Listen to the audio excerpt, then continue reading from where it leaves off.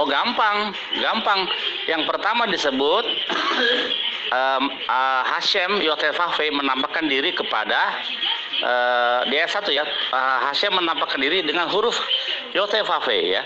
Yotevave menampakkan diri kepada Abraham, memakai tulisan Yotevave. Nah, kedua disebut bukan Yotevave tapi Selosha Anashim, 3 orang. Ya, Tuhan itu bukan orang, Tuhan itu bukan manusia, selaras dengan Torah dan kitab Nevi'im berkata Tuhan itu bukan manusia. Jadi itu narasinya saja sudah gampang diketahui, dipahami. Makanya untuk memahami Torah keluar dulu dari cara berpikir yang kuno.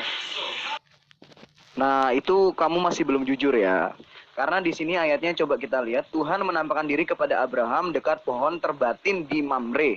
Sedang ia duduk di pintu kemahnya waktu hari panas terik. Nah, kemudian ini menyambung. Ketika ia mengangkat mukanya, ia melihat 3 orang berdiri di depannya. Sesudah dilihatnya mereka, ia berdiri dari pintu kemahnya. Ini masih nyambung nih. Ia berdiri dari pintu kemahnya. Tadinya dia duduk tuh. Ya, duduk di pintu kemahnya waktu hari panas terik. Kemudian dia berlari dari pintu kemahnya menyongsong mereka. Sujudlah ia, ya, lalu sujudlah ia sampai ke tanah, gitu.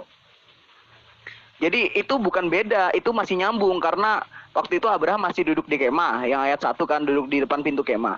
Kedua, ketika dia sudah melihat Tuhan itu menampakkan diri sebagai manusia, dia menyongsong Tuhan itu lalu sujud kepada dia sampai ke tanah. Gitu, bukan beda. Kalau kamu bilang beda berarti kamu masih belum jujur. Ya. Nah, sekarang kamu buktikan di mana di situ di ayat ketiga itu berkata bahwa itu adalah Yod-Heh-Vav-Hei, rang. Titik itu bukan berarti beda bahasan. Kan ini masih satu bahasan. Apalagi di ayat 1 dikatakan narasinya diinformasikan terlebih dahulu bahwa Abraham duduk di depan pintu kemahnya pada hari panas terik. Itu kan informasi. Ya kan narasinya diberikan titik. Nah, kemudian itu masih menyambung, bukan beda bahasan. Buktinya, kalau memang ini beda bahasan, nggak mungkin Abraham itu yang tadinya duduk di pintu masih dibahas lagi ketika dia melihat 3 orang itu, yaitu Tuhan yang menampakkan diri sebagai manusia dan 2 malaikat. Dia menyongsong, dia berlari dari pintu itu, berarti kan masih nyambung. Kalau masih ada bahasan soal dia dari pintu terus dia berlari dari pintu itu ke mereka, menyongsong mereka dan sujud kepada manusia yang itu, yang adalah Tuhan datang sebagai manusia, berarti ini masih satu bahasan yang sama, gitu loh. Bukan berarti kalau titik beda bahasan atau beda topik, enggak dong. Gak menyambung dong. Di situ kan ada titik. Kamu ngerti nggak artinya titik di dalam sebuah cerita atau narasi? Ya, titik itu selesai, baru ada alinea baru. Pahami juga tanda-tanda baca. Nah, ini yang Anda tidak memahami itu, ya kan? Selosha Anashim itu bukan ditulis dengan tulisan Yotevave. Makanya perhatikan ayat 1 itu ada titik. Masa nggak paham bahasa Indonesia? Coba saya kasih lihat di ini ya. Titik itu artinya apa? Saya akan postingin arti titik. Nah, pahami dulu tanda titik, karena kalau tanpa memahami titik, ya, tanda baca tidak dipahami, boro-boro bisa kita mengerti. Lihat di situ di ayat 1, maka Hashem menampakkan diri kepada Abraham sedang ia duduk di pintu kemah, ya, di Mamre itu, bla bla bla bla, titik, selesai. Nah, jadi dia udah melihat Hashem, ya, udah melihat Hashem. Bukan berarti dia melihat wujud seperti manusia, seperti kita, tidak, bukan. Nggak tahu wujudnya seperti apa, ya, ya. Yang dilihat oleh Abraham bentuknya seperti apa kita tidak tahu, ya, karena tidak ada informasi. Nah, habis titik itu baru ayat 2. Nah, lalu Abraham mengangkat matanya dan melihat Selosha Anashim, 3 orang. Nah, kalau itu dibilang Hashem ada bersama 3 orang itu, ya nggak nyambung dong. Pertama kan dia sudah ketemu, kok di ayat kedua menampakkan diri lagi. Ya enggak gitu. Kitab Torah yang adalah milik kami memahami tidak seperti itu. Makanya tanda baca penting. Secara tekstual proof dan konteks saya bisa membuktikan bahwa Kejadian 18 ayat 1, 2 sampai 3 itu secara terstruktur ayat 1 itu ditulis Hashem menampakkan diri dengan huruf Yosef Hafim menampakkan diri. Secara tekstual saya bisa membuktikan itu adalah Hashem. Ayat kedua, ayat pertama titik, ya kan? Menampakkan diri kepada Abraham. Hashem menampakkan diri kepada Abraham. Titik. Baru ayat kedua, ya. Lalu Abraham mengangkat matanya dan dia melihat selosha anashim, 3 orang. Iya, 3 orang. Nah, selosha anashim itu tidak ada indikasi bahwa itu adalah Tuhan pencipta langit dan bumi atau Hashem atau Adonai, tidak ada yang menulis begitu secara tekstual ya. Selosha anashim itu 3 orang. Nah, Tuhannya di mana? Yotevavenya di mana? Karena sudah titik dulu ayat pertama. Secara tekstual proof dan konteks saya bisa membuktikan bahwa Kejadian 18 ayat 1 dan 2 dan sampai 3 itu secara terstruktur ayat 1 itu ditulis Hashem menampakkan diri dengan huruf Yosef Hafim menampakkan diri. Secara tekstual saya bisa membuktikan itu adalah Hashem. Ayat kedua, ayat pertama titik, ya kan?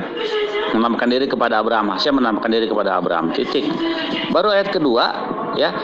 Lalu Abraham mengangkat matanya dan dia melihat selosha anashim, 3 orang. Iya, 3 orang. Nah, selosha anashim situ tidak ada indikasi bahwa itu adalah Tuhan pencipta langit dan bumi atau Hashem atau Adonai, tidak ada yang menulis begitu secara tekstual ya. Selosha anashim itu 3 orang. Nah, Tuhannya di mana? Yotevavenya di mana? Karena sudah titik dulu ayat pertama. Secara tekstual proof dan konteks saya bisa membuktikan bahwa Kejadian 18 ayat 1 dan 2 dan sampai 3 itu secara terstruktur ayat 1 itu ditulis Hashem menampakkan diri dengan huruf Yosef Hafim menampakkan diri. Secara tekstual saya bisa membuktikan itu adalah Hashem. Ayat kedua, ayat pertama titik, ya kan? Menampakkan diri kepada Abraham. Hashem menampakkan diri kepada Abraham. Titik. Baru ayat kedua, ya. Lalu Abraham mengangkat matanya dan dia melihat selosha anashim, 3 orang. Iya, 3 orang. Nah, selosha anashim situ tidak ada indikasi bahwa itu adalah Tuhan pencipta langit dan bumi atau Hashem atau Adonai, tidak ada yang menulis begitu secara tekstual ya. Selosha anashim itu 3 orang. Nah, Tuhannya di mana? Yotevavenya di mana? Karena sudah titik dulu ayat pertama.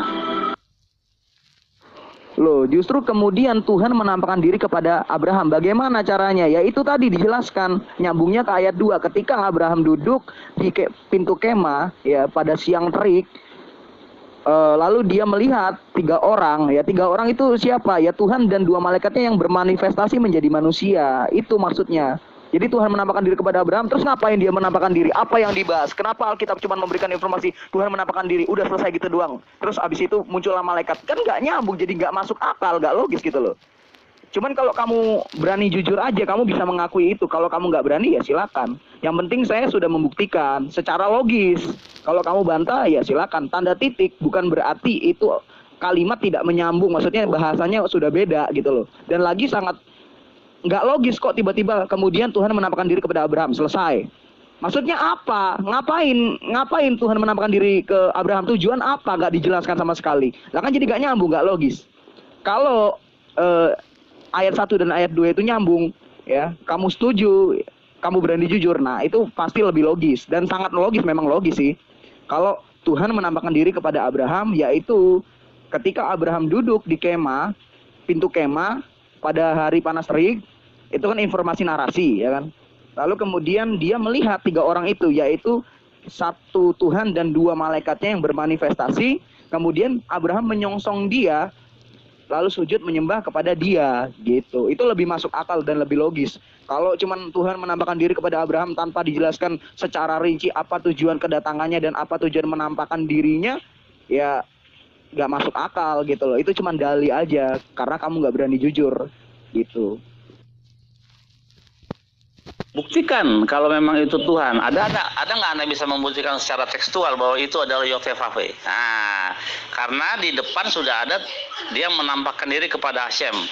Untuk apa di ayat kedua dia menampakkan diri lagi? Dan apalagi menjadi manusia? Tidak, karena tidak ada bukti. Anda tidak bisa membuktikan secara tekstual dan konteks bahwa itu adalah Hashem yang berubah menjadi manusia. Tidak. Kalau Anda bisa membuktikannya, buktikan secara textual proof. Itu saya tulis Yotevave bukan Shlosa Anashim, dari hurufnya aja beda. Yotevave itu satu, tunggal. Jadi dia menamakan diri kepada Abraham. Oke. Baru di ayat kedua Shlosa Anashim, dia mengangkat matanya dan melihat 3 orang. Shlosa Anashim, enggak dibilang Shlosa Anashim Fe Yotevave. Nah, kalau dibilang Shlosa Anasim Fe Yotevave ya bisa, tapi kan nggak ada Yotevave. Ini textual proof ya. Kan di awal keterangan sudah dikatakan bahwa Tuhan menampakkan diri kepada Abraham. Apakah Abraham sudah melihat Tuhan ketika dia menampakkan diri? Kan belum ada informasi dan keterangan seperti itu. Emangnya sudah Abraham melihat Tuhan ketika dia menampakkan diri? Menampakkan diri itu kan informasi bahwa Tuhan datang kepada Abraham, bukan berarti Tuhan sudah dilihat oleh Abraham gitu.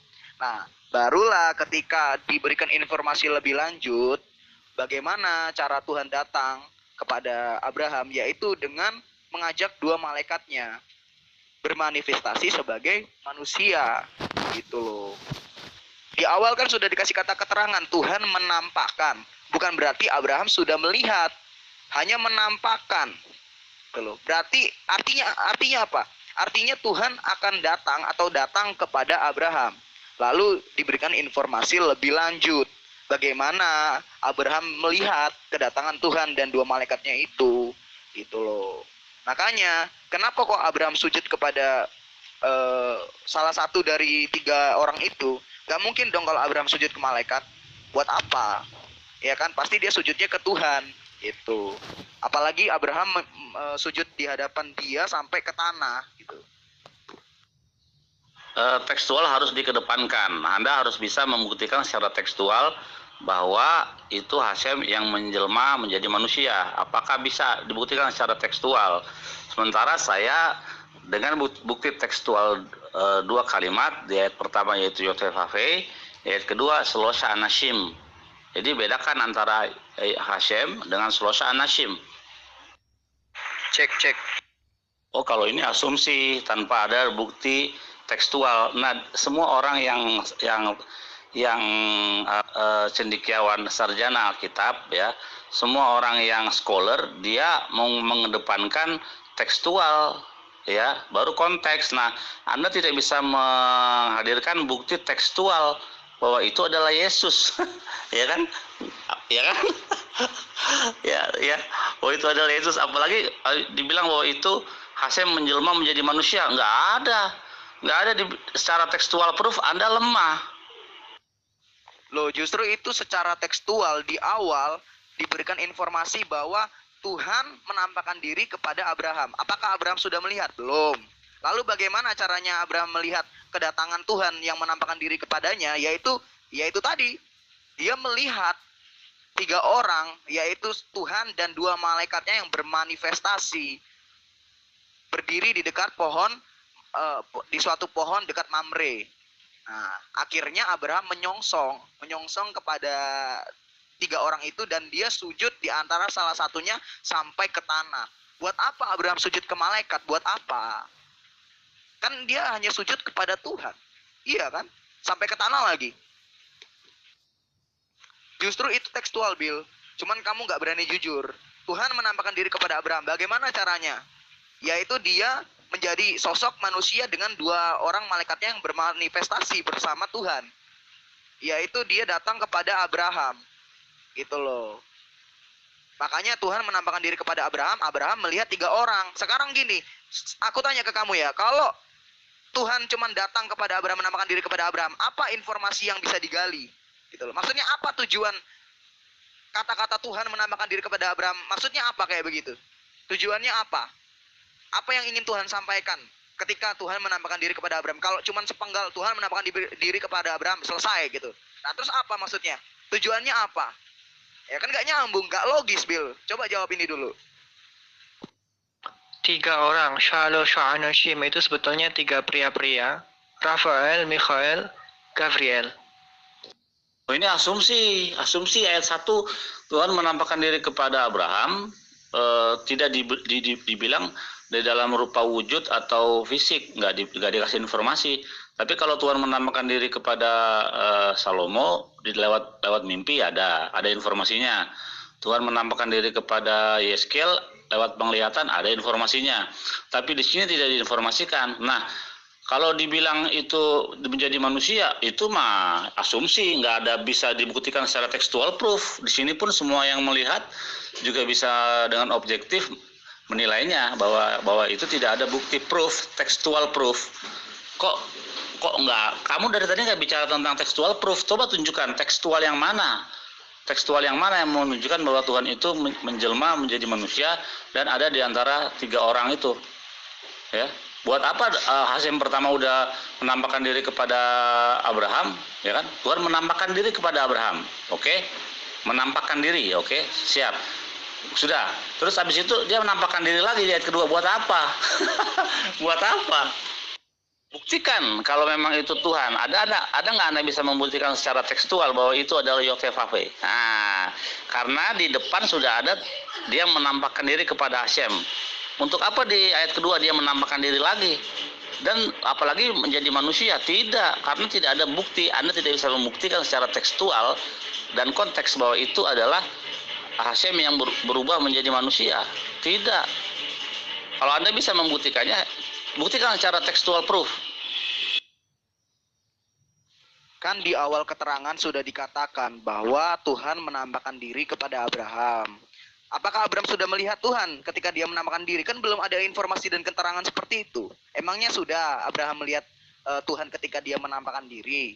Menampakkan diri itu kan informasi bahwa Tuhan datang kepada Abraham. Bukan berarti Tuhan sudah dilihat oleh Abraham gitu. Nah, barulah ketika diberikan informasi lebih lanjut, bagaimana cara Tuhan datang kepada Abraham, yaitu dengan mengajak 2 malaikatnya bermanifestasi sebagai manusia, gitu loh. Di awal kan sudah dikasih kata keterangan, Tuhan menampakkan. Bukan berarti Abraham sudah melihat, hanya menampakkan. Gitu loh. Berarti artinya apa? Artinya Tuhan akan datang kepada Abraham. Lalu diberikan informasi lebih lanjut. Bagaimana Abraham melihat kedatangan Tuhan dan 2 malaikatnya itu. Gitu loh. Makanya, kenapa kok Abraham sujud kepada salah satu dari 3 orang itu? Gak mungkin dong kalau Abraham sujud ke malaikat. Buat apa? Ya kan, pasti dia sujudnya ke Tuhan. Gitu. Apalagi Abraham sujud di hadapan dia sampai ke tanah. Gitu. Oh, kalau ini asumsi tanpa ada bukti tekstual. Nah, semua orang yang cendekiawan sarjana Alkitab, ya, semua orang yang scholar, dia mau mengedepankan tekstual, ya, baru konteks. Nah, Anda tidak bisa menghadirkan bukti tekstual bahwa itu adalah Yesus, ya kan? Ya kan? ya, bahwa itu adalah Yesus. Apalagi dibilang bahwa itu Hashem menjelma menjadi manusia, nggak ada secara tekstual proof. Anda lemah. Kalau menampakkan berarti sudah melihat dong. Ya namanya nampak itu hal yang kelihatan. Ya. Kalau datang saja tidak menampakkan berarti memang tidak bisa dilihat. Tapi ini kamu katakan nampak itu berarti hal yang terlihat, yang nampak di depan mata. Barang yang nyata, pandangan yang nyata. Lah bagaimana kalau Abraham tidak melihat, bagaimana bisa diceritakan di dalam Alkitab bahwa Tuhan menampakkan diri kepada Abraham? Coba pikir kembali itu baik-baik. Loh, justru itu secara tekstual di awal diberikan informasi bahwa Tuhan menampakkan diri kepada Abraham. Apakah Abraham sudah melihat? Belum. Lalu bagaimana caranya Abraham melihat kedatangan Tuhan yang menampakkan diri kepadanya? Yaitu tadi, dia melihat 3 orang, yaitu Tuhan dan 2 malaikatnya yang bermanifestasi, berdiri di dekat pohon di suatu pohon dekat Mamre.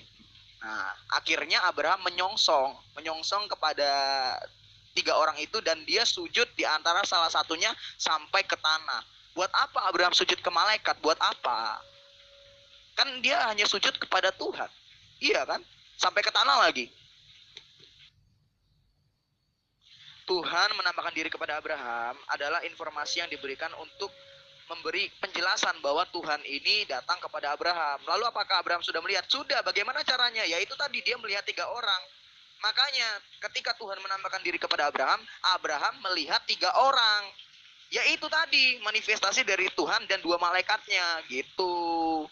Jadi kamu jangan bodoh-bodoh banget ya. Lagian ini bukan kitabmu, kamu diam aja, kamu gak ngerti apa-apa, kamu Islam. Tuhanmu aja kamu akuin sama kayak Tuhannya Israel, mana gak bisa buktikan.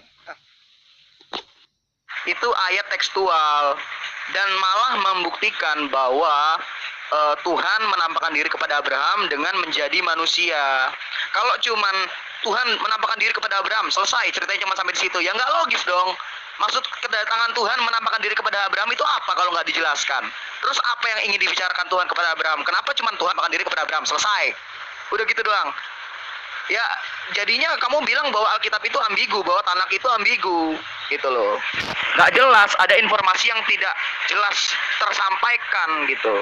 Dan lagi juga kamu bilang Tuhan nggak tahu gimana wujudnya ketika datang kepada Abraham. Loh, kok nggak tahu? Kan Abraham melihat Tuhan. Abraham bertemu dengan Tuhan ketika Tuhan menampakkan diri. Kenapa kok nggak tahu? Gitu loh. Justru nggak logis. Tapi kalau kita lebih rasional ya, dan lebih jujur, kita lihat bahwa Tuhan menampakkan diri kepada Abraham, yaitu dengan bermanifestasi bersama 2 malaikat yang menjadi manusia. Lah, ini masuk akal, logis. Dan lagi ya, Tuhan itu memang maha kuasa, jadi dia mampu menjadi apapun yang dia kehendaki, termasuk menjadi manusia. Ya, logis dong. Justru nggak logis kalau wujudnya nggak jelas, nggak dikasih tahu apa. Lah, kok nggak jelas, nggak dikasih tahu apa? Kan Abraham melihat wujud Tuhan, kok nggak tahu? Gimana sih? Tekstual harus dikedepankan. Anda harus bisa membuktikan secara tekstual bahwa itu Hashem yang menjelma menjadi manusia. Apakah bisa dibuktikan secara tekstual? Sementara saya dengan bukti tekstual 2 kalimat, di ayat pertama yaitu Yosef Hafe, ayat kedua Selosha Anashim. Jadi bedakan antara Hashem dengan Selosha Anashim. Justru itu tekstual, Bill. Cuman kamu nggak berani jujur. Tuhan menampakkan diri kepada Abraham. Bagaimana caranya? Yaitu dia menjadi sosok manusia dengan 2 orang malaikatnya yang bermanifestasi bersama Tuhan. Yaitu dia datang kepada Abraham. Gitu loh. Makanya Tuhan menampakkan diri kepada Abraham. Abraham melihat 3 orang. Sekarang gini, aku tanya ke kamu ya. Kalau Tuhan cuma datang kepada Abraham, menampakkan diri kepada Abraham, apa informasi yang bisa digali? Gitu loh. Maksudnya apa tujuan kata-kata Tuhan menampakkan diri kepada Abraham? Maksudnya apa kayak begitu? Tujuannya apa? Apa yang ingin Tuhan sampaikan ketika Tuhan menampakkan diri kepada Abraham? Kalau cuma sepenggal Tuhan menampakkan diri kepada Abraham, selesai gitu. Nah, terus apa maksudnya? Tujuannya apa? Ya kan nggak nyambung, nggak logis, Bill. Coba jawab ini dulu. Oh, ini asumsi ayat 1 Tuhan menampakkan diri kepada Abraham, tidak dibilang di dalam rupa wujud atau fisik, nggak dikasih informasi. Tapi kalau Tuhan menampakkan diri kepada Salomo lewat mimpi, ada informasinya. Tuhan menampakkan diri kepada Yeskel lewat penglihatan, ada informasinya. Tapi di sini tidak diinformasikan. Nah, kalau dibilang itu menjadi manusia, itu mah asumsi, nggak ada bisa dibuktikan secara tekstual proof. Di sini pun semua yang melihat juga bisa dengan objektif menilainya bahwa itu tidak ada bukti proof, textual proof. Kok enggak? Kamu dari tadi nggak bicara tentang textual proof. Coba tunjukkan tekstual yang mana. Tekstual yang mana yang menunjukkan bahwa Tuhan itu menjelma menjadi manusia dan ada di antara 3 orang itu. Ya. Buat apa Hashem pertama udah menampakkan diri kepada Abraham, ya kan? Tuhan menampakkan diri kepada Abraham. Oke? Menampakkan diri, oke? Siap. Sudah, terus habis itu dia menampakkan diri lagi di ayat kedua. Buat apa? Buat apa? 3 orang, Shalosh Anashim, itu sebetulnya 3 pria-pria. Rafael, Mikhael, Gabriel. Loh, sekarang gini, nggak rasional, nggak logis kalau kalimat dalam Alkitab cuma mengatakan Tuhan menampakkan diri kepada Abraham, selesai. Terus bahasan topiknya berbeda. Lah kan gak nyambung, gak rasional. Apa yang mau Tuhan sampaikan, apa yang mau Tuhan bicarakan kepada Abraham, gak masuk akal dan gak logis gitu loh. Cobalah lebih jujur dan terbuka. Kamu dapat informasi itu dari mana, Giovanni? Itu tafsir sifatnya atau bagian dari Torah, atau Torah secara lisan, atau yang hanya sifatnya tafsir, asumsi, atau bagaimana? Di ayat 1 konteksnya Hashem. Di ayat kedua yang bilang Shalosh Anashim itu bukan membicarakan Hashem. Beda lagi konteksnya. Itu karena kalian gak jujur. Ini masih berbicara dalam konteks yang sama dan perikop yang sama. Masih satu perikop. Kalau cuman ayat 1 mengatakan Tuhan menampakkan diri kepada Abraham, apa yang Tuhan mau tunjukkan kepada Abraham? Apa yang mau Tuhan sampaikan kepada Abraham? Apa yang mau Tuhan bicarakan kepada Abraham? Lagi pula kalau kita baca ayat 1 sampai ayat 2, itu masih dalam alur cerita yang sama ya. Karena awalnya Abraham duduk di pintu kemah. Kemudian ketika Abraham melihat Tuhan yang menjadi manusia itu dengan dua malaikatnya bermanifestasi, ya, dia menyongsong Abraham menyongsong Tuhan. Ya, dari pintu kemahnya dia berlari dan menyongsong 3 orang itu lalu sujud kepada dia gitu loh, sampai ke tanah. Itu cuman karena nggak jujur aja kok. Di dalam Torah itu kan selalu ada 2 jenis kalimat literal dengan kalimat metafor. Harus tahu membedakan dan harus tahu sesuai konteks alur kronologisnya bahwa ternyata yang dibahas Shalosh Anashim itu memang bukan Hashem. Kalau Hashem ditulis Hashem di situ, nggak mungkin ditulis Shalosh Anashim, pasti ditulis Shtei Anashim we Hashem gitu. Tapi tidak ditulis begitu. Jadi memang itu bukan Hashem. Oh enggak, ini tekstualnya yang mana? Coba buktikan secara tekstual bahwa itu Tuhan menampakkan diri sebagai manusia. Coba tunjukkan tekstual proof, ya, bukti tekstual. Anda nggak bisa, ini asumsi 100%. Anda mengasumsikan bahwasanya ayat pertama itu Tuhan menampakkan diri kepada manusia, habis itu bergabung dengan 2 orang itu jadi 3. Itu kan asumsi. Nah, tekstual, secara bukti tekstual saya sudah membuktikan bahwa pada ayat pertama Yotevave. Nah, ayat kedua itu Anashim, bukan Hashem, ya, bukan Yotevave. Tapi Selosha Anashim, 3 orang. Jadi bedakan Tuhan sama orang. Masa nggak bisa bedakan Tuhan sama orang? Itu bukti, itu namanya textual proof. Kalau yang Anda kembangkan itu 100% imajinasi proof. Coba dicek ejaannya dari tekstualnya, dari situ bisa ketahuan kok grammarnya membicarakan siapa. Saya sepakat sama kamu bahwa yang menampakkan diri kepada Abraham itu memang 3 orang, ya. Tapi kamu tidak boleh lupa, Giovanni, bahwa sebelum itu ada kata-kata lalu Tuhan menampakkan diri kepada Abraham. Nah, bagaimana cara Tuhan menampakkan diri kepada Abraham ini? Lewat 3 orang itu tadi. Nah, sekarang itu permasalahannya bukan di situ. Masalahnya itu kita itu ngerti nggak Hashem itu apa? Itu loh. Yod-Heh-Wav-Heh itu apa definisinya? Nah, yang jadi problemnya itu sebenarnya di situ, Giovanni. Yang diminta adalah bukti tekstual proof kalau Tuhan itu bergabung, ya, dengan 2 orang itu, ya, menjadi manusia. Enggak ada, Tuhan itu bukan manusia. Makanya Lo Israel, Tuhan itu bukan manusia, nyambung dengan ini. Itu cara berpikir Yahudi dengan kitabnya begitu. Selosha Anashim bukan Yotevave, bukan itu berarti Yotevave berubah menjadi manusia. Di mana bukti teks proofnya? Iya, makanya kalau kita bicara dari kalimat, ya, di situ kan awalnya Tuhan menampakkan diri kepada Abraham. Lalu bagaimana caranya dia menampakkan diri? Apa tujuan yang ingin dibicarakan Tuhan ketika dia menampakkan diri kepada Abraham? Apa? Kok cuman Tuhan menampakkan diri kepada Abraham selesai? Kan gak logis, gak rasional kan? Maksudnya apa Alkitab ngomong kayak begitu? Coba kamu kritisi dulu yang itu. Jangan gak jujur lah, biasa aja, santai. Memang kalau Tuhan jadi manusia wajar kok, dia maha kuasa. Zulkifli, sebenarnya ada satu kemajuan bagi kamu ya, bahwa kamu tidak berat kamu mengakui Hashem itu sebagai Tuhan. Cuman masalahmu, Jul, kamu itu masih menjadikan Allah sebagai Tuhan. Padahal kalau kamu meninggalkan Allah itu gampang, Jul, ya. Kamu tinggalkan Allah dulu, Jul, baru kamu ikut sama Hashem. Begitu, Jul, ya. Kalau dibilang tampak juga enggak sih, hadir, ya, karena Hashem itu mengisi langit dan bumi, mengisi alam semesta. Tapi kalau hadir dalam bentuk manusia itu tidak ditulis di situ, dia hadir dalam bentuk manusia. Memang tidak ditulis, jadi tidak boleh menebak bahwa itu bentuknya manusia. Tapi kalau Shalosha Anashim itu jelas-jelas dibilang 3 pria-pria. Nah, kalau 3 pria-pria berarti ya seperti pria, punya kumis, punya jenggot, punya kemaluan, itu namanya pria-pria. Tapi kalau Hashem tidak ditulis dia datang dalam wujud pria gitu. Tidak ditulis seperti itu. Itu di kalimat ada titiknya loh, dan konteksnya membicarakan Hashem di konteks pertama, di konteks kedua bukan membicarakan Hashem lagi loh.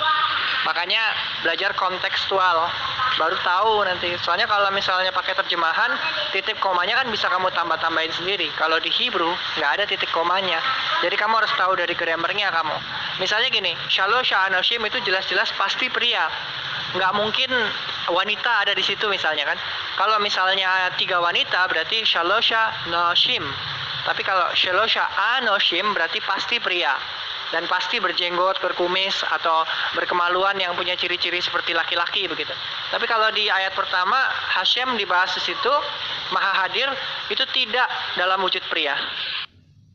Ini wayisa'ena wayar wahina Shalosha Anoshim. Nah, itu udah bukan Wehinne, Hashem, gitu, enggak ada seperti itu. Jadi kalau misalnya pun Wehinne, Hashem, Hu, Shalosha Anashim, nah kalau begitu baru Hashemnya ada 3 manusia. Tapi kalau di sini tidak ada kata Hashemnya berarti bukan. Buktikan aja secara tekstual proof bahwa Hashem situ berubah menjadi manusia. Kalau tekstual proof saya sudah jelas, ayat pertama YTHW, ya, titik lagi, selesai. Baru ayat kedua, Shalosha Anashim. Jadi beda antara YTHW dengan manusia, bedakan itu. Kalau saya mengedepankan tekstual proof di dalam sebuah perdebatan, ya makanya tekstual proofnya itu pun harus dibuktikan dengan teks asli. Nah, saya menguasai teks aslinya. Oh, berbeda antara Hashem dengan Shalosha Anashim ayat 1 dan 2. Nah, kalau Anda kan tidak bisa memberikan dalil tekstual proof bahwa itu Tuhan bergabung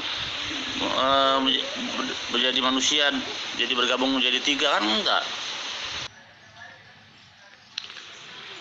Nah, saya juga tidak mengatakan kepada kamu bahwa 3 orang itu, 3 pria itu adalah Hashem. Siapa yang ngomong sama kamu begitu?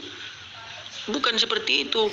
Tapi kamu harus ingat, ayat sebelumnya itu berbunyi Tuhan menampakkan diri kepada Abraham, ya kan? Kemudian dibahaslah 3 orang itu yang pernah datang kepada Abraham. Jadi maksudnya Tuhan menampakkan diri kepada Abraham itu dengan cara mengutus 3 orang itu. Siapa yang mengatakan kepada kamu kalau 3 orang itu Hashem? Permasalahannya sekarang, Giovanni, ya, permasalahannya adalah apa sih Hashem itu? Itu loh masalahnya itu sekarang. Yang jadi perdebatan itu Hashem itu apa definisinya? Coba saya tanya sama kamu, apa definisi dari Yod-Heh-Vav-He itu? Definisinya apa? Kalau kita baca dan telah lebih lanjut, Kejadian 18 ayat 3, Abraham berkata dan berkomunikasi dengan orang-orang itu. Ya.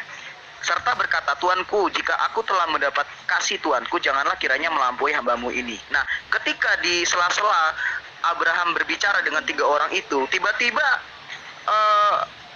ada informasi dalam Alkitab yang mengatakan masih dari perikop yang sama, dari pasal yang sama, Tuhan berfirman gitu loh. Di antara sela-sela ketika Abraham berbicara dengan orang-orang itu. Nah, ini kan nggak logis kalau tiba-tiba Tuhan yang tadi menampakkan diri terus nggak tahu kemana, tiba-tiba muncul lagi dan tiba-tiba berfirman. Nah, itu tidak rasional. Kalau bagi Muslim mungkin masih rasional karena memang pikiran mereka ya dongeng, nggak waras gitu loh. Entah gimana pun, pokoknya ya begitulah, terima, imani saja gitu, nggak usah dipaksa untuk memahami atau dikritisi, nggak perlu. Lagi pula juga nggak ngerti bahasa aslinya kok. Ya, makanya kalau kita kritisi lebih lanjut dari Kejadian 18 ayat 3, di situ ketika Abraham berbicara dengan orang-orang itu, tiba-tiba ketika berbicara Tuhan berfirman. Nah, ini kan jadi kayak janggal gitu loh. Tiba-tiba kok bisa seperti ini? Ya, maksudnya tiba-tiba kok dari sela-sela pembicaraan Abraham dengan orang-orang itu Tuhan berfirman yang tadinya menampakkan diri terus gak tahu kemana, habis itu berfirman tiba-tiba lah. Gak rasional gitu ya. Bahkan untuk ditafsir bahwa Hashemnya satu lalu prianya dua juga nggak bisa, karena tidak ditulis begitu di dalam teksnya. Sekarang gini saja Giovanni, saya tanya kamu ya, coba kamu definisi dari tetragrammaton ya, Yod He Wav He, Hashem ya, itu apa sih definisinya? Saya tanya kamu secara pribadi, definisinya itu apa? Iya, saya tahu ada titik, tapi bukan berarti itu membahas yang berbeda. Ini kan masih bahasan yang sama. Masih tentang apa yang akan Tuhan sampaikan kepada Abraham ketika dia menampakkan diri kepada Abraham. Nah, di sini ada yang lebih janggal lagi kalau kita telaah dari Kejadian 18 ayat 3 ketika Abraham sedang berbicara dengan tuan-tuan itu ya, dengan orang-orang itu. Di sela-sela pembicaraannya tiba-tiba di ayat 10 dan ayat 13 Tuhan berfirman. Ketika di sela-sela pembicaraan antara Abraham dengan orang itu, Tuhan yang tadi menampakkan diri terus gak tahu kemana, terus tiba-tiba muncul lagi berfirman, kan jadi gak rasional gitu loh. Yang mau saya tekankan di sini, kamu berpikir rasional gitu loh, ngerti nggak? Kalau apa tujuan Tuhan menampakkan diri kepada Abraham? Masa Tuhan menampakkan diri kepada Abraham selesai udah gitu doang, nggak ada lanjutannya lagi, selesai udah. Nah terus apa yang mau disampaikan dari pemahaman ayat itu? Apa yang mau Tuhan sampaikan ketika dia menampakkan diri kepada Abraham gitu loh? Coba jelaskan itu. Konteksnya kan beda. Pertama membahas Hashem. Hashem ada di mana? Coba kita lihat lagi teksnya. Kita lihat ya. Teksnya berbunyi begini. Wayar elau Hashem ba'elone mamre.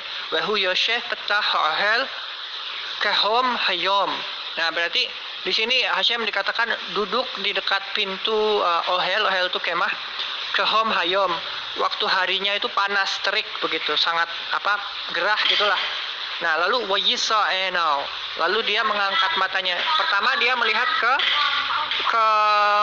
petah ohel, ke pintu kemah. Jadi dia melihat ke arah situ ya.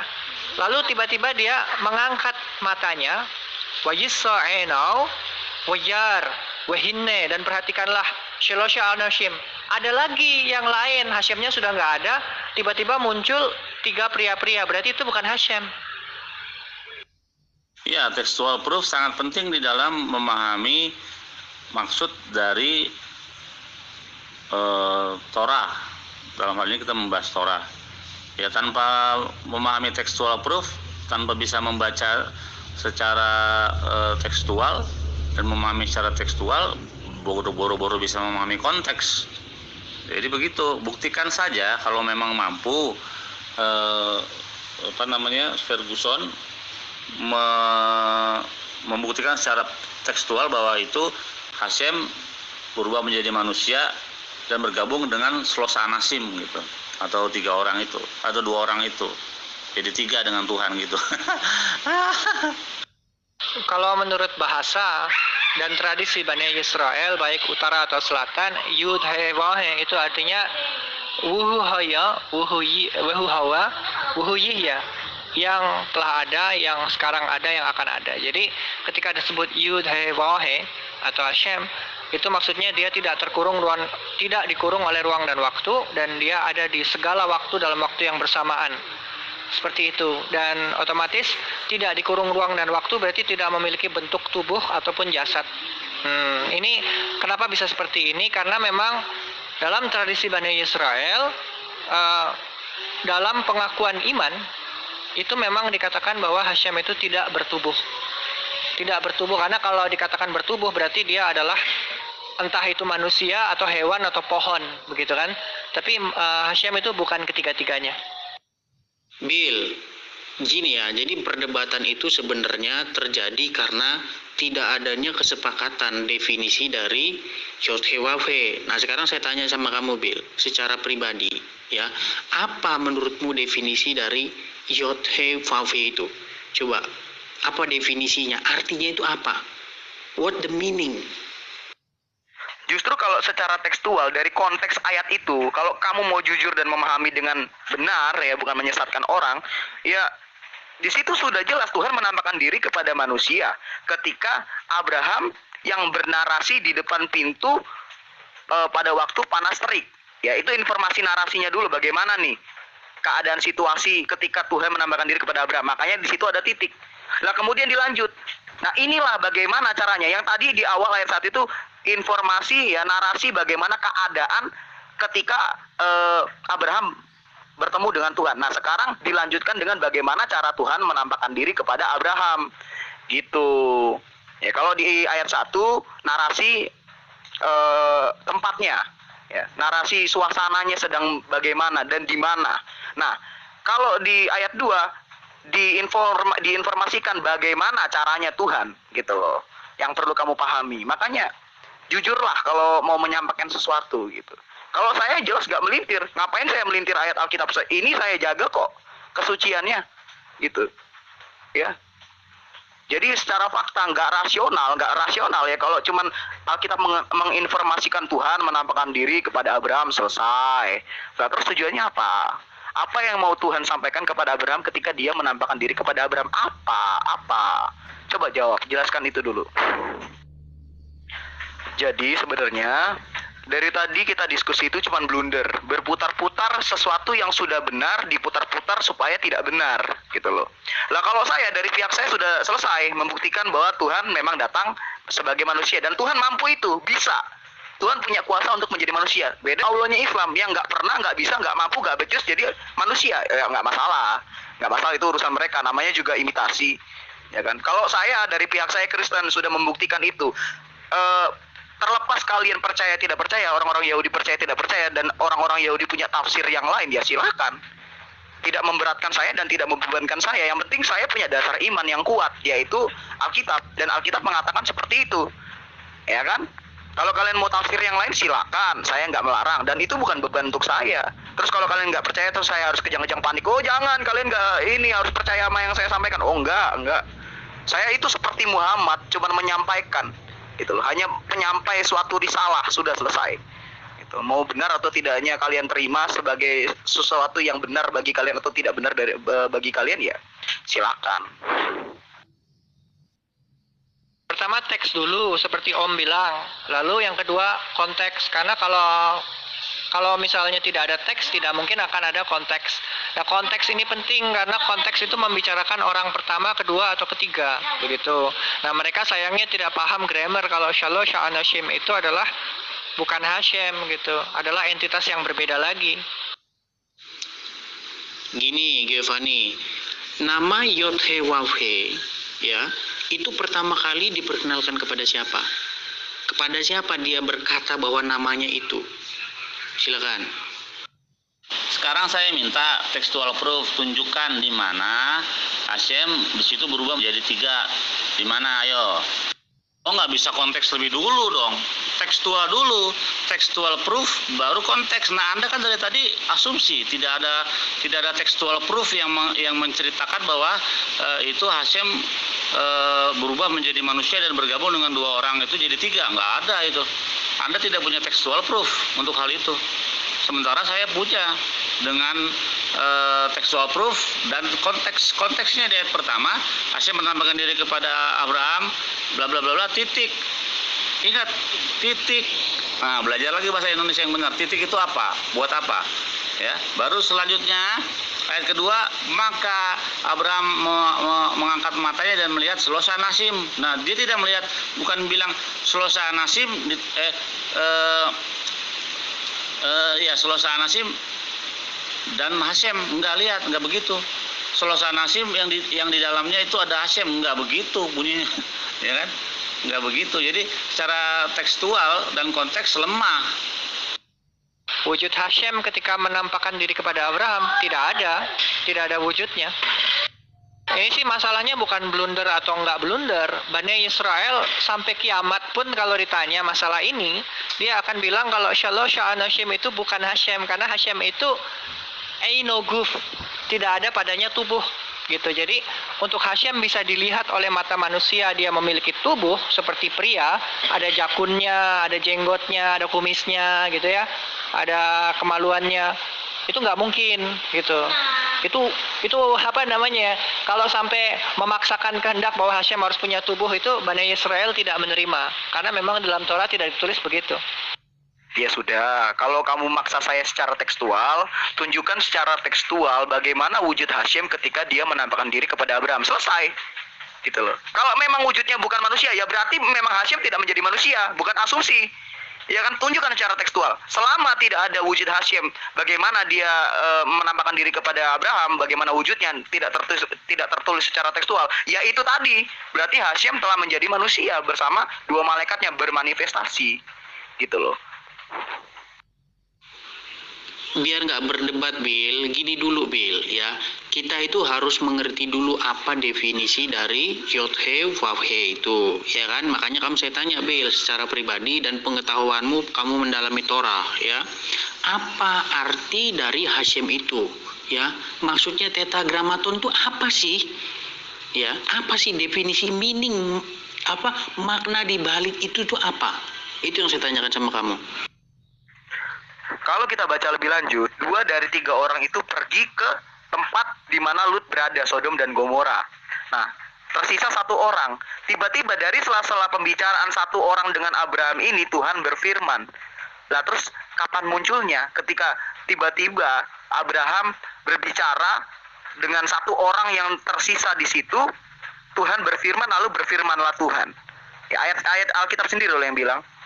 Jadi nggak rasional gitu loh. Kok bisa tiba-tiba Tuhan menampakkan diri kepada Abraham, lalu nggak tahu kemana, nggak tahu wujudnya kayak apa, terus muncul lagi, terus berfirman lagi, gitu loh. Kapan munculnya? Di mana munculnya?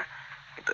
Kan jadi nggak rasional dan ambigu, gitu loh. Apakah informasi di Alkitab seperti itu menurut tafsir kalian orang-orang Yahudi? Yang rasional sedikit apa?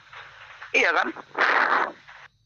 Nama Yud-He Vav-He, coba lihat di Bereshit 4 pasuk yang ke-1. Adam waktu itu memiliki anak namanya Kain. Nah, dia mendapatkan Kain atas pertolongan Hashem. Di situ ditulisnya Yud-He Vav-He. Biar nggak berdebat, Bill, gini dulu, Bill, ya. Kita itu harus mengerti dulu apa definisi dari Yod-He Vav-He itu, ya kan? Makanya saya tanya, Bill, secara pribadi dan pengetahuanmu, kamu mendalami Torah, ya. Apa arti dari Hashem itu? Ya, maksudnya tetragramaton itu apa sih?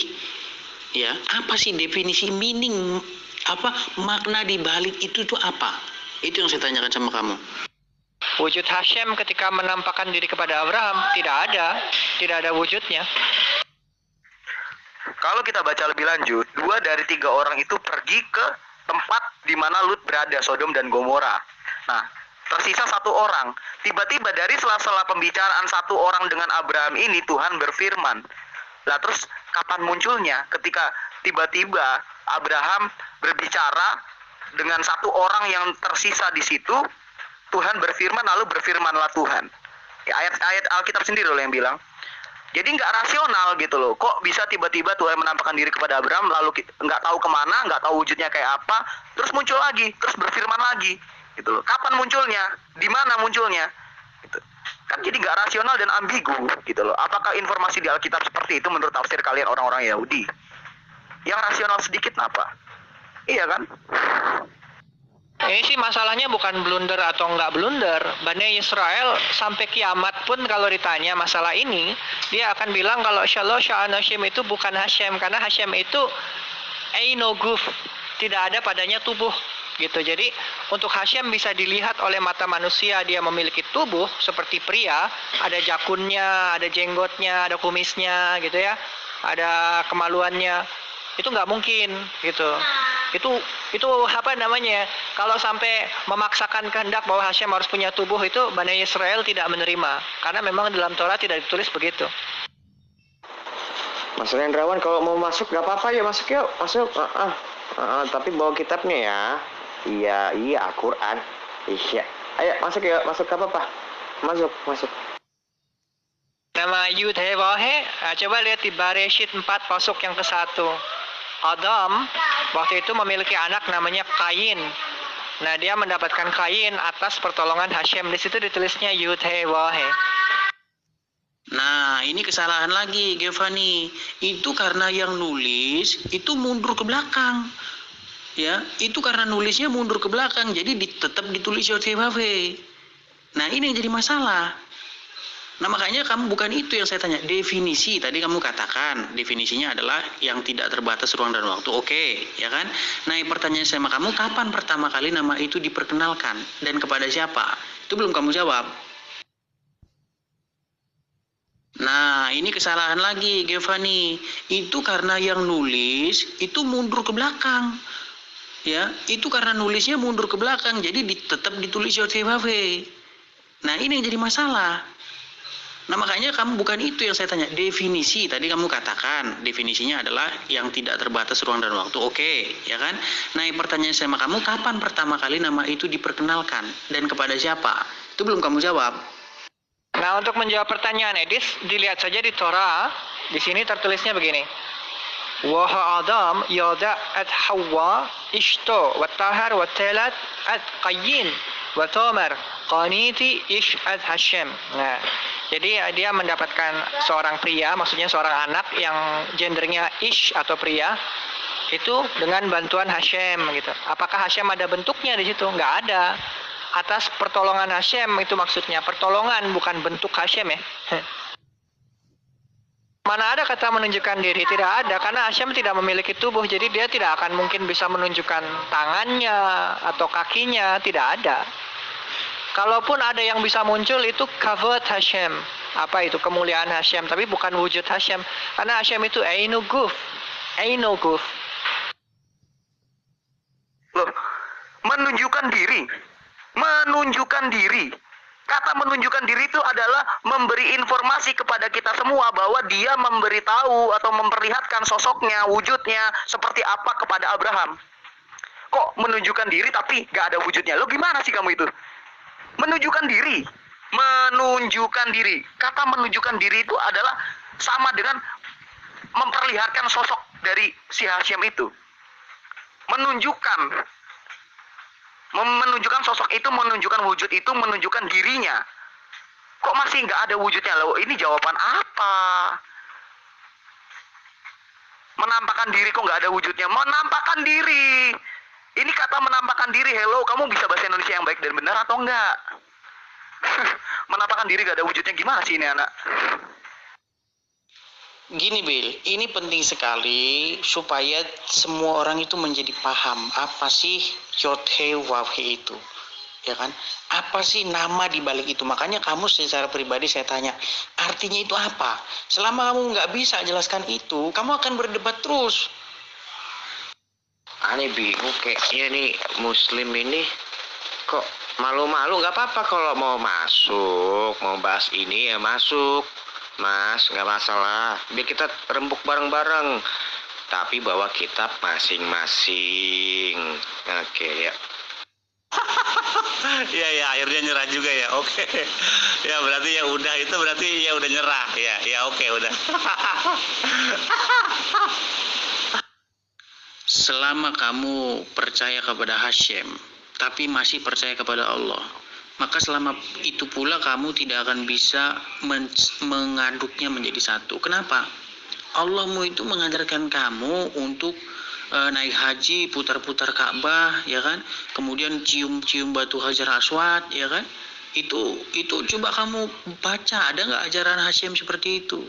Nah kalau kamu mau memilih Hashem saja gitu, tinggalkan Allah, begitu Jul. Menunjukkan diri itu sama dengan menampakkan diri, Mas. Aduh, kamu itu, Mas. Kamu next dulu ya. Saya sama Billy dulu. Soalnya jawaban kamu absurd banget. Tuhan menampakkan diri tapi nggak ada wujudnya. Lo gimana sih kamu itu? Tuhan menampakkan diri, woi. Wujudnya nggak ada. Adoy. Sabar gue, Mas. Tuhan menampakkan diri. Wujudnya apa? Nggak ada. Wujudnya nggak ada. Gimana sih lo itu?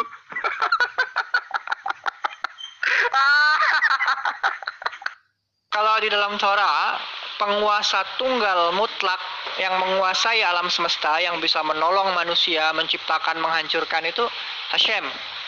Tetapi Hashem tidak pernah dikatakan menghancurkan, dia hanya dikatakan menciptakan. Sementara untuk menghancurkan itu kan ada malakhim atau malaikat yang memang diutus untuk menghancurkan. Misalnya Sodom itu dihancurkan oleh Mikhail dan seterusnya. Nah, jadi Hashem di sini ini tidak bertubuh, dan tidak bisa dilihat. Tetapi apakah Hashem bisa menolong atau tidak? Bisa. Nah, Adam itu mendapatkan seorang anak dari istrinya, namanya Kain. Nah, anaknya ini bisa sukses dilahirkan itu karena pertolongan siapa? Hashem. Di situ juga nggak ada kata Ozer atau pertolongan, tetapi orang mengetahui Hashem itu maksudnya pertolongan Hashem.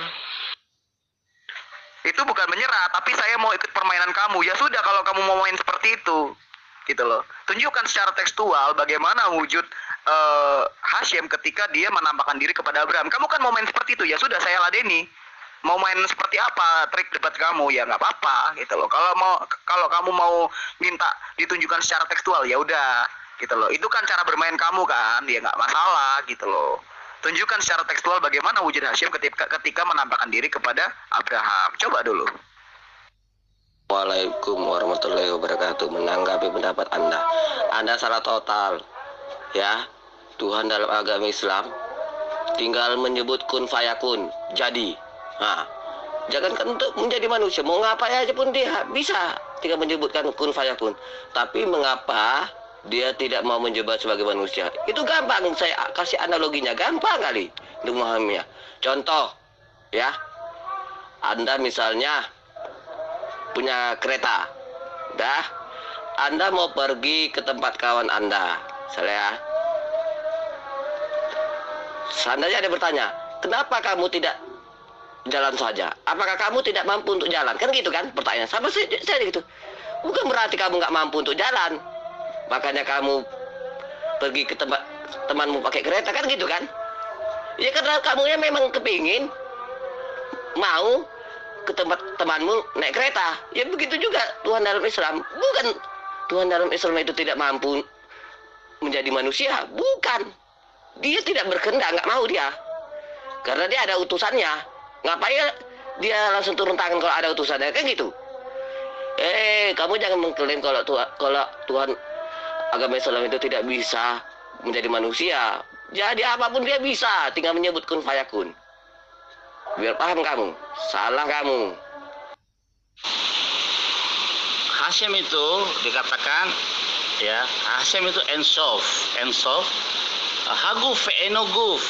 Haguf ve'enoguf adalah dia tidak mempunyai bentuk persamaan tubuh jasmani. Itulah Hashem Yotefave. Makanya di ayat yang lain dikatakan Lo Ish'el, Hashem itu bukan manusia. Tidak ada yang tahu Hashem itu bagaimana atau seperti apa. Karena apa? Barang siapa yang melihat Hashem pasti mati. Tidak ada yang pernah melihat Hashem. Ya, makanya waktu apa namanya, dia menampakkan diri kepada Abraham, menampakkan diri kepada Salomo, ya, menampakkan dirinya lewat apa? Mimpi. Dia menampakkan dirinya kepada nabi-nabi seperti Yeskiel lewat apa? Mimpi. Gitu. Dia menampakkan dirinya kepada nabi-nabi yang lain lewat apa? Ya. Lewat apa? Lewat penglihatan, ya, penglihatan itu. Jadi dibilang wujud, Hashem tidak mempunyai bentuk persamaan wujud tubuh jasmani, nggak ada. Gitu. Untuk manusia, hewan atau pohon menunjukkan diri itu berarti dia memang bisa dilihat oleh mata. Kalau Hashem tidak punya tubuh, Eino Guf, bagaimana bisa menunjukkan diri? Gini, kamu bisa ditiup angin, waduh asik, dingin, ada angin. Tapi bisa nggak kamu lihat angin itu? Nggak bisa, apalagi Hashem. Ya memang kalau dicari di dalam Torah tidak ada Hashem berwujud manusia atau wujud Hashem itu nggak ada gitu. Tidak ada manusia yang pernah menuliskan atau melukiskan wujud Hashem di dalam Torah, itu nggak ada. Oke, jadi pendapatmu, kamu mengatakan bahwa Yod He Wav He itu, ya, tetragrammaton itu diperkenalkan kepada Musa, begitu. Dia tidak pernah memperkenalkan itu kepada Abraham, tidak pernah memperkenalkan itu kepada Adam, begitu ya. Itu sepakat nggak? Itu dulu, saya minta sama kamu, sepakat atau tidak? Kepada Abraham, Ishak dan Yakub, aku tidak memperkenalkan diri kepada mereka dengan Yod He Wav He. Ya. Kepada Abraham, Ishak dan Yakub, dia memperkenalkan dirinya sebagai El Shaddai. Ya. Baru kepada Moshe Rabbeinu, ini kemarin kan udah saya VN kan ke kamu itu. Nih soal ini. Baru kepada Moshe Rabbeinu ya dikatakan Anoki Yosef Hafei. Nah, begitu. Loh, bukan itu yang saya tanya Giovanni. Kamu muter nggak voice note saya? Yang saya tanyakan itu pertama kali nama itu diperkenalkan kepada siapa? Itu yang saya tanya. Assalamualaikum warahmatullahi wabarakatuh. Coba Anda paparkan, mana dalilnya dia itu Tuhan Quraisy? Mana dalilnya yang mengatakan bahwa Allah yang Anda maksud itu adalah Tuhannya Quraisy? Jangan asal sebut, kalau sebut aja siapa saja pun bisa. Terima kasih. Ini juga pemahaman kamu salah, Jul, ya. Tidak pernah ada keyakinan Kristen semacam ini. Kalaupun kamu mendapatkan keyakinan semacam ini, itu kamu dapat dari Kristen sekolah minggu. Karena dia Tuhannya orang Quraisy. Dia Tuhannya orang Quraisy. Ya kalau saya sih sependapat dengan Om Yosef. Kenapa? Karena memang di dalam Torah tidak ada wujud Hashem itu seperti apa. Waktu manusia diciptakan, itu ditulisnya begini. Bara Otham, diciptakannya, dia telah menciptakan mereka, gitu. Jadi ada kata Zakhar Unnekeva, laki-laki dan perempuan, Bara Otham. Dia telah menciptakan mereka. Lah wujudnya Hashem ini laki-laki doang, perempuan doang, atau laki-laki sama perempuan dijadiin satu, kemaluannya ada double gitu. Nah seperti apa? Kan nggak ada wujudnya Hashem di dalam Torah itu. Makanya kata gambar sesuai dengan gambar Elohim itu di situ dimaknai, dipahami sebagai desain, bukan dipahami sebagai wujudnya Hashem di copy paste menjadi manusia. Nggak begitu. Iya tahu, emang Hashem itu tidak punya tubuh kedagingan manusia. Ya memang Yesus itu tidak punya, makanya dia menjadi manusia, gitu loh, bermanifestasi sebagai manusia karena memang dia tidak punya tubuh, gitu loh, tidak punya tubuh kedagingan. Nah, sekarang coba tunjukkan dulu, buktikan dulu apa wujud Hashem ketika dia menampakkan diri kepada Abraham. Kata menampakkan diri itu suatu informasi yang jelas dan gamblang banget bahwa dia menunjukkan sosoknya, menunjukkan wujudnya, menunjukkan dirinya seperti apa. Tuh, coba tunjukkan secara tekstual gitu. Jangan cuma maksa orang, coba kamu tunjukkan secara tekstual. Bisa nggak? Bisa nggak coba? Giovanni, barusan kamu katakan jangan menafsir yang tidak tertulis, ya kan? Kamu kan tadi bilang begitu. Terus kamu katakan nama itu pertama kali diperkenalkan kepada Adam. Coba tunjukkan kapan pertama kali Tuhan memperkenalkan namanya kepada Adam. Gak ada. Tahu-tahu Adam memanggil, ya, pemanggilnya. Nah, itu bukan karena Tuhan memperkenalkan namanya kepada Adam. Orang dia yang bikin kok, masa Adam gak kenal, ya kan? Orang Tuhan yang ciptakan Adam, masa Adam gak kenal? Nah, itu karena yang nulis itu di zaman berikutnya. Jadi ditulislah nama itu seolah-olah ditulis kepada Adam. Ini juga kesalahan kamu, Giovanni. Buktinya itu ada di dalam ayat Al-Quran. Di dalam ayat Al-Quran itu ada mengatakan, jikalau engkau berkata kepada mereka, siapakah yang menurunkan hujan, siapakah yang menciptakan langit dan bumi, mereka akan menjawab Allah. Siapa mereka itu? Ya orang-orang kafir itu, orang-orang kafir Quraisy. Ya, ketahuilah bahwa Allah tidak pernah dikenal dalam Torah dan Injil. Tidak pernah ada kata Allah di dalam Torah maupun di dalam Injil. Tapi Om, kalau lihat di dalam Torah ya, itu ada Abraham menyebut Beshem Hashem El Olam. Beshem Hashem El Olam. Itu artinya kalau diartikan dalam nama Hashem, kekuatan semesta alam. Iya memang seperti itu. Memang Hashem itu tidak punya wujud kedagingan manusia, makanya dia bermanifestasi menjadi manusia ketika dia menampakkan diri kepada Abraham. Sama seperti Yesus ketika dia bermanifestasi menjadi manusia, karena dia adalah roh. Wujudnya tidak bisa digambarkan, ya namanya juga roh, iya kan? Dia butuh bentuk, ya bentuk yang bisa dilihat manusia, karena manusia tidak bisa melihat roh secara kasat mata. Akhirnya bermanifestasi menjadi manusia dan menampakkan diri kepada Abraham melalui manifestasinya itu bersama dua malaikatnya, gitu loh. Ya puji Tuhan kalau kamu mulai paham, ya kan? Nama itu diperkenalkan kepada siapa? Nama itu diperkenalkan kepada Adam. Kalau Adam tidak mengetahui nama Hashem, berarti Adam tidak mungkin menyebut nama Hashem di dalam Torah. Itu jadi banyak yang menyebut nama Hashem di dalam Torah itu. Bahkan waktu di zaman Enosh, itu bukan pertama kali mereka mengenal nama Hashem. Mereka sudah kenal dari sebelumnya. Tapi kesalahannya adalah mereka menyembah matahari, bulan, dan bintang. Dan mereka menyebut bahwa matahari, bulan, dan bintang itu adalah Hashem. Jadi mereka bilang, oh kita bisa menyembah matahari, bulan, dan bintang. Itu sama aja menyembah Hashem. Itulah kesesatan. Dan teks itu dipahami dari tradisi. Tradisi yang sudah 3.650 tahun. Baik di utara atau di selatan itu tidak ada perbedaan pandangan masalah ini. Iya, memang benar. Kita buktikan secara tekstual ya. Saya selalu mengedepankan tekstual. Makanya tadi Ferguson akhirnya mengaku, oke lah kalau begitu. Akhirnya dia nyerah, ya. Nah, karena dia tidak bisa membuktikan tekstual proof, makanya saya selalu mengedepankan tekstual proof. Oke. Jadi saya akan membuktikan secara tekstual proof. Aku nggak begitu paham. Kamu bilang matan itu maksudnya yang apa gitu? Maksudnya matan itu gimana maksudnya? Yisak, selamat sore Yisak. Kabarnya Anda masuk Kristen, betul nggak? Kalau Hashem menjadi manusia itu di dalam Torah tidak didukung karena dikatakan lo ish el vichosem uben adam v'yit necham. Jadi lo ish el atau Elohim atau Hashem, lo ish itu berarti bukan pria. Elohim itu bukan pria. Uben adam, dan anak manusia dan putra manusia. Jadi lo ish el vichazem uben adam v'yit necham gitu. Jadi Hashem itu bukanlah pria dan bukanlah putra manusia sehingga dia bertobat. Itu teksnya seperti itu. Karena kalau manusia itu kan rentan salah. Nanti dia berbuat kesalahan, menyesal, lalu dia melakukan pertobatan. Kalau Hashem tidak mungkin bertobat karena dia nggak mungkin salah. Kafir itu yang kau tanya masalah agamamu sendiri saja kau pincang-pincang menjawab, kabur dari saya, kau mau banyak bacot lagi di grup ini. Masih ingat kah waktu kau kabur dari saya gara-gara Kristen? Hah?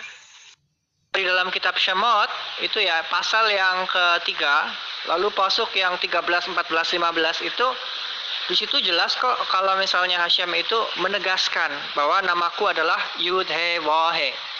Hashem, gitu kan? Nah, untuk kasus ini itu memang ditegaskan kepada Moshe. Kenapa? Moshe lupa nama Hashem itu siapa. Kan dia nanya, kalau mereka bertanya kepadaku, siapa namanya?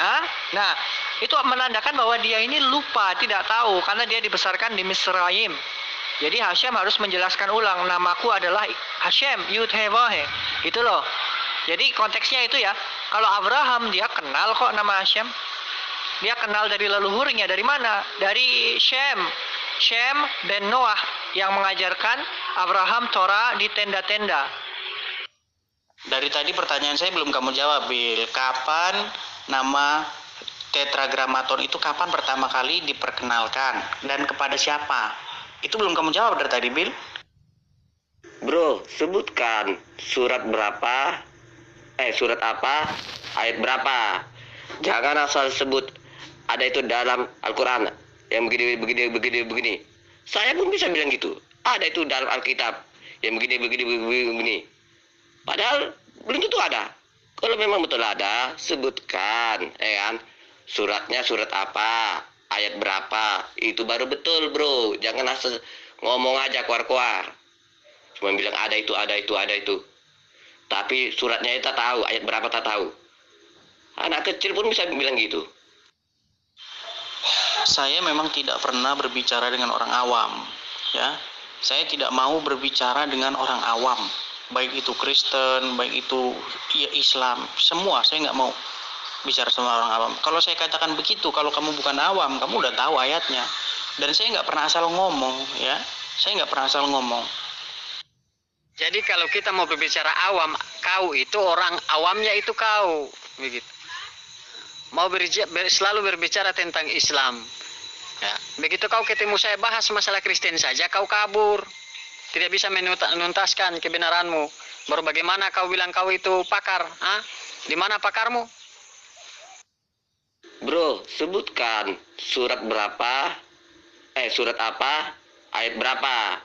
Jangan asal sebut ada itu dalam Al-Quran yang begini. Iya mas, memang Elohim itu bukan manusia dan juga bukan anak manusia. Tetapi, ya yang perlu kamu garis bawahi, memang Tuhan itu bukan manusia dan bukan anak manusia. Tetapi Tuhan bisa datang ya sebagai manusia, atau Tuhan bisa menjadi anak manusia, gitu loh. Karena memang Tuhan punya kuasa untuk melakukan itu, gitu loh. Kamu perlu menggarisbawahi antara Tuhan manusia dan Tuhan menjadi manusia itu sangat berbeda konotatifnya ya, sangat berbeda. Ya, kalau kamu bisa memahami ini, ya niscaya kamu bisa masuk Kristen. Saya jamin. Karena apa? Karena pemahaman Kristen dan Yahudi itu tidak jauh berbeda. Hanya kalian menolak satu hal, Yesus sebagai penggenapan Taurat dan Mesias juru selamat kita semua. Itu doang kok.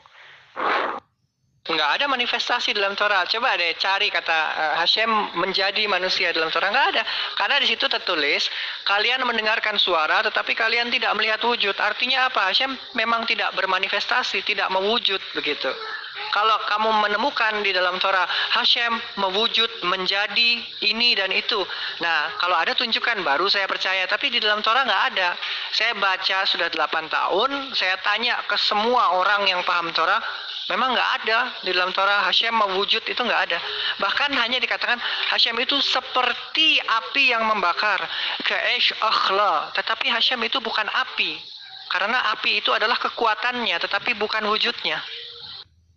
Di dalam Torah tidak ada Hashem berkata kepada Adam, namaku adalah Yud-He-Wahe. Memang tidak ada, tetapi bukan berarti dia tidak kenal. Kenapa? Karena dia menyebut Et Hashem. Itu keluar dari mana? Dari mulut Adam. Ya. Sama kalau kamu ingin mengatakan bahwa nama Hashem tidak diperkenalkan, apalagi nama Yesus di dalam Torah tidak ada juga. Dan Moshe tidak mengenal nama Yesus atau Yeshua. Jadi Moshe tidak pernah beribadah kepada Yeshua. Yang dia kenal adalah Yud-He-Wahe Hashem. Dan kami sebagai Bnei Yisrael, kami mengikuti jejak Moshe. Kami tidak mengikuti jejak orang lain. Kamu jangan lari-lari dulu, Giovanni, ya. Mentang-mentang di situ Adam menyebut Hashem, ya, memanggil nama Yod-He-Wahe, itu bukan berarti namanya itu Yod-He-Wahe. Ini kesalahanmu. Itu karena yang nulis itu jauh ribuan tahun sesudahnya, jadi ditulis ke belakang seperti itu. Ini kesalahanmu. Tadi kamu bilang Musa lupa. Kamu jawabanmu ngarang semua, Giovanni. Makanya kalau kita memahami secara kontekstual, ya, di situ sangat terang benderang bahwa Tuhan itu menampakkan diri kepada Abraham menjadi manusia, yaitu ketika Abraham menyongsong 3 orang itu, di saat Tuhan menampakkan diri kepada Abraham, ya itu sudah jelas. Tinggal kamu mau jujur atau enggak, tinggal kamu mau rasional atau enggak, kritis atau enggak, disitulah kamu bisa menemukan kebenaran. Gitu loh mas. Bukan saya mengada-ngada, oh ini saya cocokologikan, enggak. Buat apa? Kalau memang nggak ada ya nggak ada, kalau memang ada ya ada, gitu kan. Apalagi ini kita berbicara soal iman. Iman itu tidak bisa yang asal percaya kayak Islam gitu. Kalau Islam mah boleh-boleh saja asal imani. Bagaimana wujud Allah nggak tahu. Terus apakah Allah maha melihat, maha mendengar? Iya, tapi Allah nggak punya mata? Enggak. Allah punya telinga? Enggak. Tapi Allah maha melihat, maha mendengar? Iya, tapi Allah nggak punya mata? Ya udah muter-muter aja lah kalau mereka, gitu loh. Ya, ada lagi dalam hadis yang mengatakan Allah tangan kanannya 2, tapi Allah nggak punya tangan, tapi Allah tangan kanannya 2, tapi Allah nggak punya tangan. Gimana sih? Ya udahlah, kita nggak usah membahas agama yang Tuhannya pamer selangkangan di neraka, itu nggak usah. Kita cukup membahas bagaimana cara Hashem menampakkan diri kepada Abraham. Ini dulu yang perlu kita gali. Bagaimana Hashem menampakkan diri kepada Abraham? Coba kamu gali dulu ini. Kasih tahu ke saya. Saya kan mungkin tidak lebih paham Taurat daripada kamu, ya kan? Kamu kan yang sudah mengerti Taurat 8 tahun loh. Padahal kalau saya membaca Alkitab ya dari umur 6 tahun sampai sekarang umur 23. Ya, nggak masalah. Silakan kamu jelaskan ke saya bagaimana cara Tuhan menampakkan diri kepada Abraham. Kalau Hashem tidak pernah berkata di dalam Torah, Hashem berkata kepada Adam, namaku adalah, tidak. Tetapi Hashem dikenal oleh Adam dan Hawa. Buktinya ketika mereka memiliki anak bernama Kain, mereka menyebut Et Hashem. Kalau mereka tidak kenal, pasti mereka menyebutnya Et Elohim atau Et Eloah atau Et El, begitu. Tapi kalau udah menyebut Et Hashem, wah, berarti mereka kenal dengan Hashem. Itu gramatika bahasa Ibraninya begitu. Ya justru karena kamu percaya Trinitas itu makanya kamu tolol. Itu loh. Kan kamu kan bilang sendiri, kamu kan dulu percaya Trinitas. Ya itulah yang menyebabkan kamu tolol. Sekarang kamu jadi tukang sembah batu, ya kan? Mas, kalau misalkan debat sama Bang Edis, percuma Mas. Mas bener aja tetap salah. Iya, percuma. Jadi udah ikutin dia aja Mas. Kita di pihak bener aja dibilang salah kok. Dia terus yang bener. Jadi repot Mas kalau gitu. Nggak ada titik temu. Itulah orang pertama kali di zaman Enos menyebut nama Yod-Heh-Vav-Heh. Bacanya gini. Uloshet gam hu yulad ben Vaikra et Shemo Enos as hukhal likra beshem Hashem. Apa? Ada gosip bahwa diriku masuk Kristen. Wah, itu nggak bener tuh. Wah, parah banget. Gosip. Jangan percaya, Mak. Gosip. Kalau aku ini ya tetap selamanya adalah Ben Israel.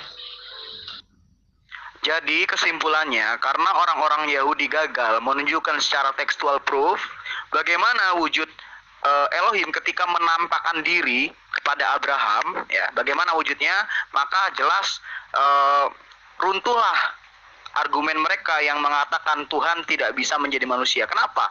Karena kalau kita telah lebih lanjut dan lebih jujur, fakta mengatakan secara kontekstual ketika Tuhan menampakkan diri kepada Abraham, dia menjadi manusia bermanifestasi bersama dua malaikatnya yang kemudian dua malaikat itu pergi kepada Lot untuk memusnahkan Sodom dan Gomora. Untuk memberikan informasi kepada Lot supaya mengasihkan diri dari Sodom dan Gomora yang akan dimusnahkan oleh Tuhan. Oke, itu aja ya. Kalau menurut Ani kurang sepakat. Ini bukan ngomongin Yesus deh. Yesus bentar dulu. Adam itu di situ bukan berarti Adam itu berbahasa Ibrani. Adapun ditulis di dalam kitab Torah itu di situ seakan dalam tanda kutip Adam berbahasa Ibrani karena Musa menulis itu dalam bahasa Ibrani. Iya, tentang kisah Adam difirmankan kepada Musa itu memang karena Musa berbahasa Ibrani, ditulislah semua dengan bahasa Ibrani. Tetapi apakah Adam itu berbahasa Ibrani? Nggak tahu. Ini nggak ngerti mau bahasa apa. Kita nggak bisa tahu juga. Bukan seperti itu ya. Kalau sistematis berpikirannya sih seperti itu.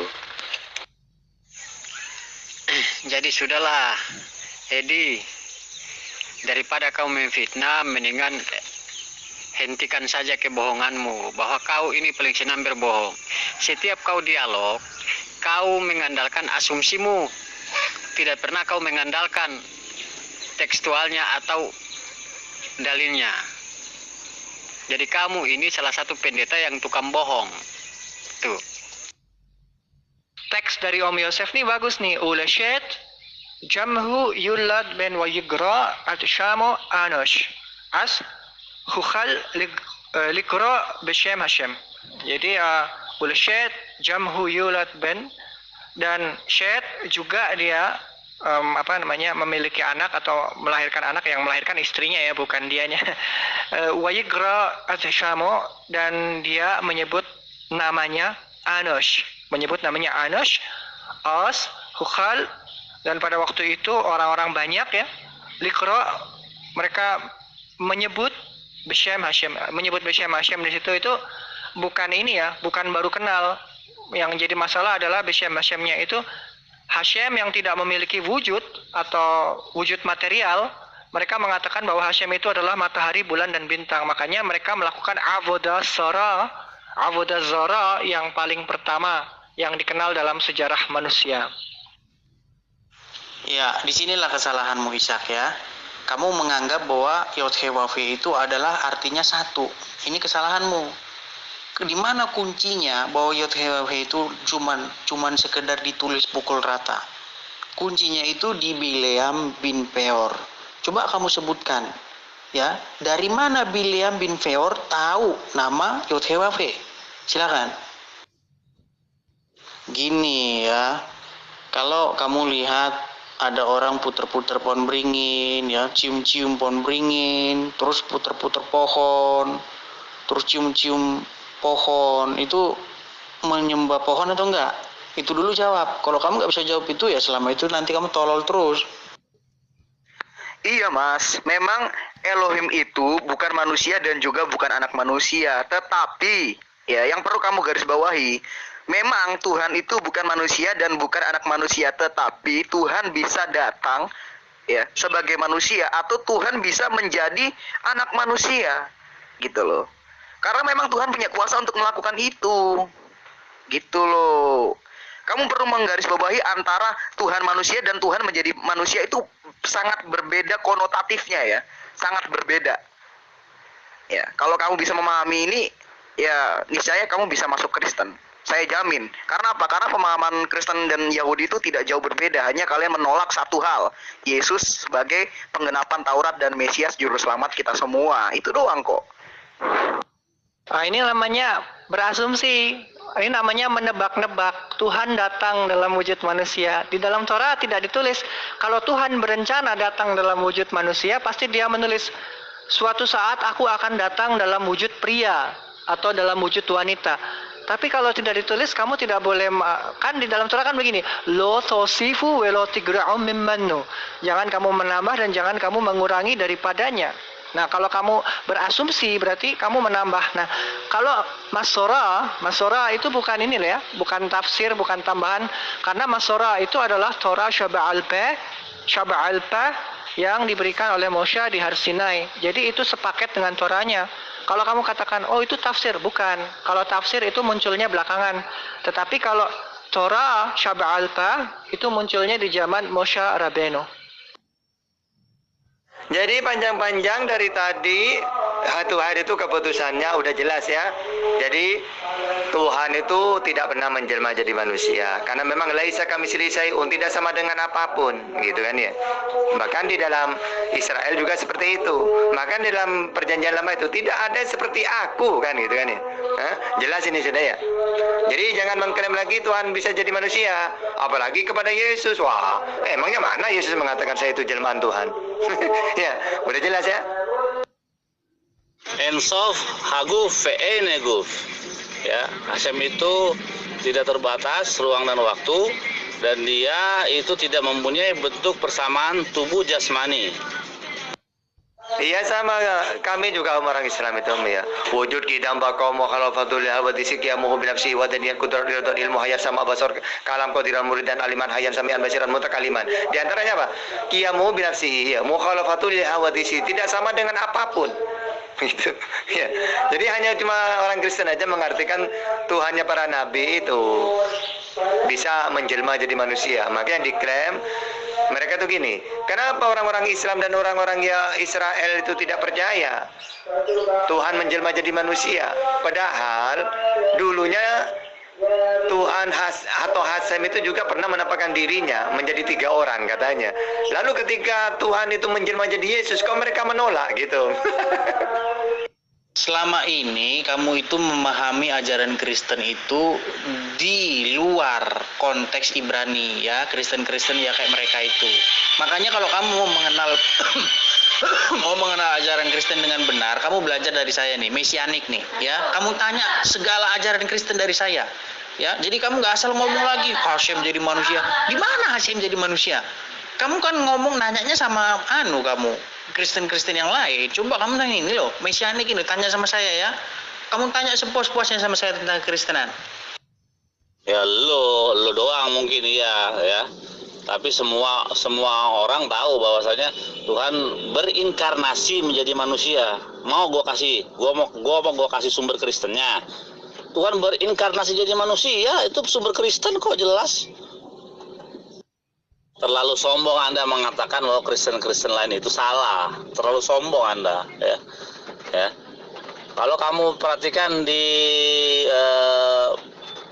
radio Pelita Kasih itu ya, Yosua Tewu ya, setiap dia khotbah selalu menyentil mesianik. Nah, setiap minggu Benyamin Obat Nyamuk tuh guru kamu, si Benyamin Obat Nyamuk, dia menyentil Yosua Tewu. Jadi ya karena apa, posisi kalian itu Kristen kagak, Yahudi kagak, ya itu serigala berbulu titik-titik.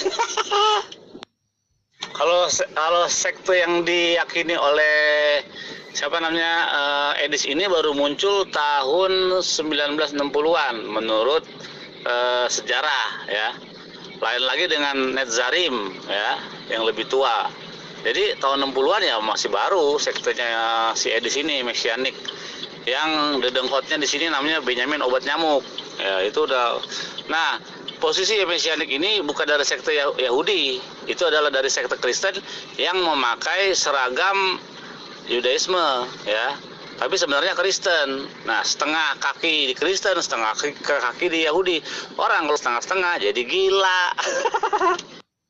Di dalam Torah tidak pernah ditulis Hashem Elohim itu maha kuasa menampakkan diri dalam wujud manusia. Kalau di dalam Torah tidak ditulis seperti itu, maka lo tosifu ve lo tigra'u mimmennu. Janganlah kamu menambahi dan mengurangi daripadanya. Itu penting. Kalau misalnya saya sebagai band Israel, saya terikat pada Torah, tidak boleh menambah, tidak boleh mengurangi tekstual proofnya. Kalau saya menambahkan, berarti saya telah menjadi kafir.